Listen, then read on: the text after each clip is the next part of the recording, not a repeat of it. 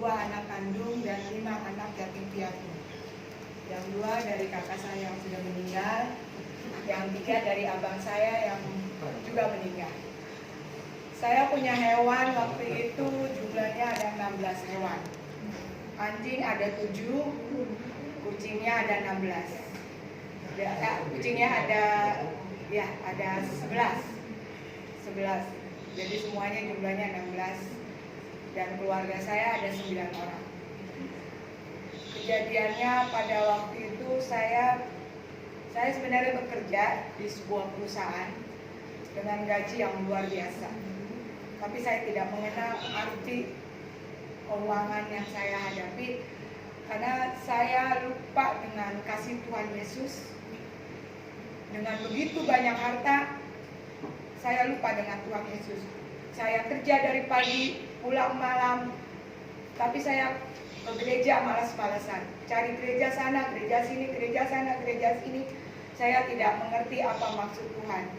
Tiba-tiba di bulan Januari kita banjir besar.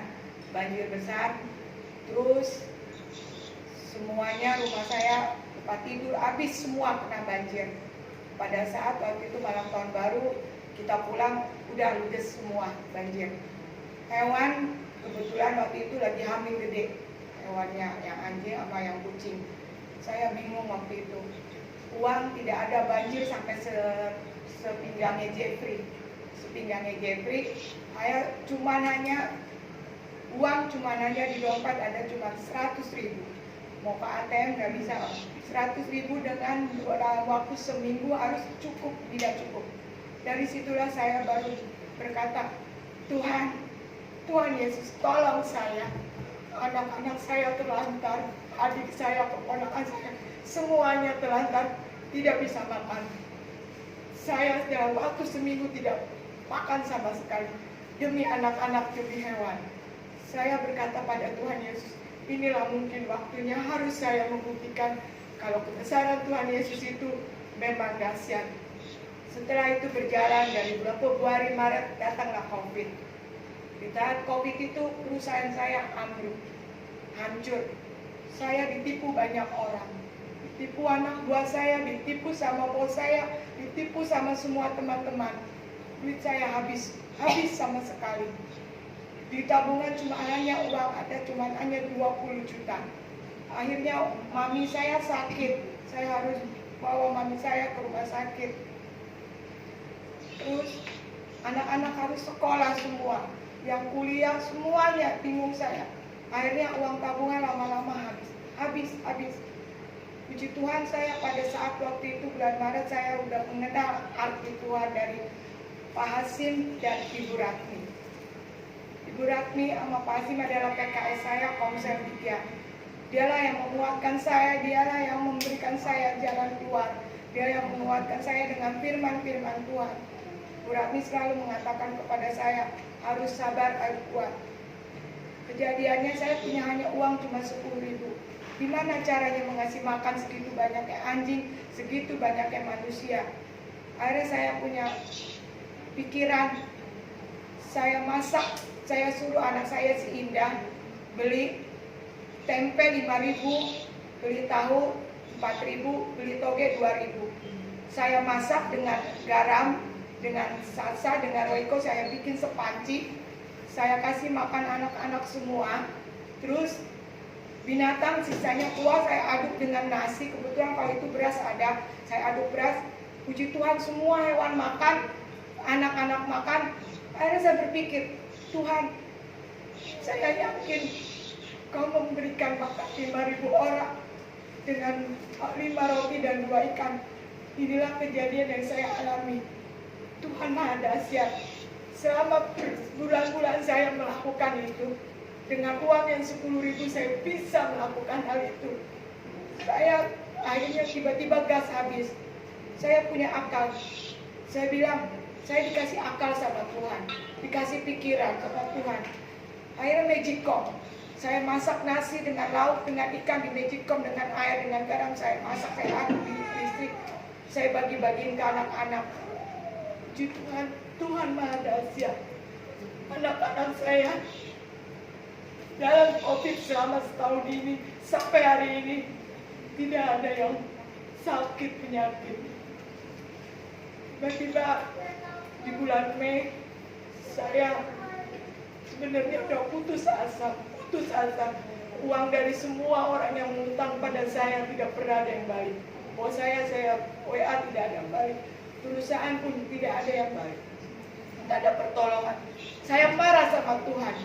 Saya benci sama Tuhan. Saya marah, ngamuk sama Tuhan. Tuhan, waktu itu saya dibaptis sama Pak Hakim, sama Ciponi. Waktu pada saat retreat. Saya marah. Apa karena saya dibaptis, ditenggelamkan, maka semua harta saya ditenggelamkan. Saya marah sama Tuhan. Tiba-tiba Tuhan memberitahukan saya lewat mati suri selama 3 hari. Di hari pertama saya mati suri, Tuhan memberitahukan kebenarannya, kebaikannya kepada saya. Saya dibilang, inilah kebenarannya. Maaf ya teman-teman seiman, saya ini kerja ada di sebuah IO, yaitu istilahnya tempat-tempat yang istilahnya restoran, tempat hiburan, dunia malam. Bukan yang ngapain saya ini pelacur, bukan, tapi saya adalah seorang manajer.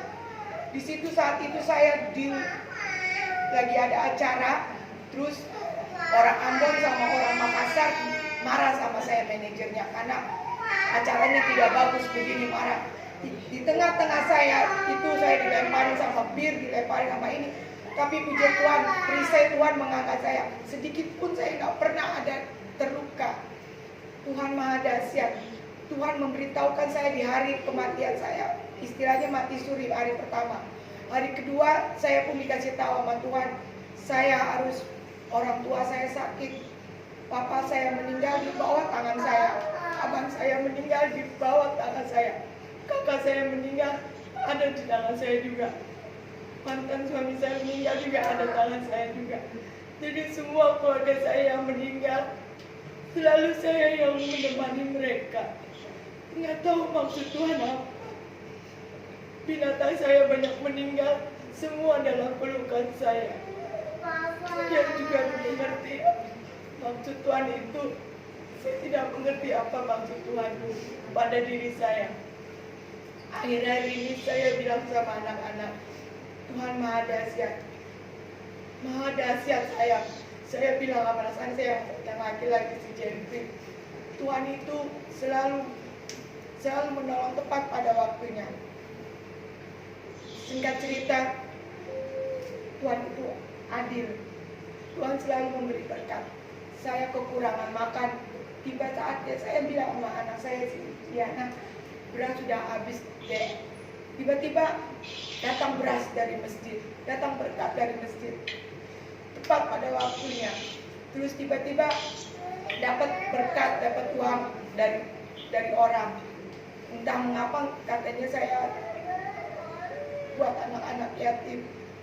Terus akhir-akhir ini anak saya si Jeffy dapat banyak lamaran entah ngelamar dari mana. Banyak panggilan, dia juga bingung. Baru ini 1 minggu ini udah dapat panggilan buat Jeffrey. Saya minta tolong bantu teman-teman Siman agar Jeffrey bisa memutuskan apa yang dia inginkan untuk masa depannya. Banyak sekali panggilan-panggilan, dulu susah banget cari kerjaan buat anak saya. Karena mungkin saya ini masih di dunia yang lama. Tapi saya percaya teman-teman seiman, saya hanya mengatakan jangan kita melihat ke masa lalu terus. Saya dengar pembicaraan Pak Hakim waktu itu mengira kita punya spion, kita lihat ke belakang boleh-boleh sekali-sekali. Kalau kita lihat terus ke belakang kita akan nabrak. Begitu pula saya juga berpikir saya harus menengok ke belakang untuk pembelajaran. Jangan saya lebih lagi terus menengok ke belakang, mengingat-ingat masa lalu saya, ingat-ingat uang-uang saya yang hilang. Saya percaya harta tidak dibawa mati. Kalau memang itu rezeki saya, uang saya akan balik semua. Bayangkan teman-teman seiman, wanita mana yang single parent, terus yang uangnya 800 juta ada di luar sana. Saya mau berontak sama Tuhan, tapi Tuhan malah memberikan saya lebih kebahagiaan. Uang bukan segalanya. Uang bukan kebahagiaan, tapi kebahagiaan saya adalah anak-anak. Kebahagiaan saya adalah berteman dengan Komsel 3. Karena Komsel Bintaro inilah, Abalok Gereja Abalok inilah yang membuat saya semakin kuat. Dulu gereja manapun saya selalu mengabaikan, cuma hanya bisa memamerkan kekayaan saya, memamerkan ke sana, memamerkan ke sini, keuangan saya. Banyak orang mendekatkan bikin ke saya karena uang, tapi kini saya baru sadar uang bukan segalanya. Untuk teman-teman seiman, cuma pesan saya, jangan mengandalkan kedagingan diri sendiri, jangan ego kita. Kehendak Tuhanlah, mintalah hikmat, mintalah bantuan Roh Kudus agar kita semuanya itu selalu menjadi anak Tuhan, dan kita bisa menjadi 5 wanita yang bijaksana yang bisa menunggu kedatangan Tuhan Yesus untuk kedua kalinya. Amin. Terima kasih semua, terutama untuk teman-teman terima kasih atas doa-doanya, terutama Pak Hakim, Ciponi, Pak Hasim, dan Bu Ratmi yang selalu mendukung dan selalu memberikan saya pemuritan anak-anak saya. Terima kasih. Amin. Amin.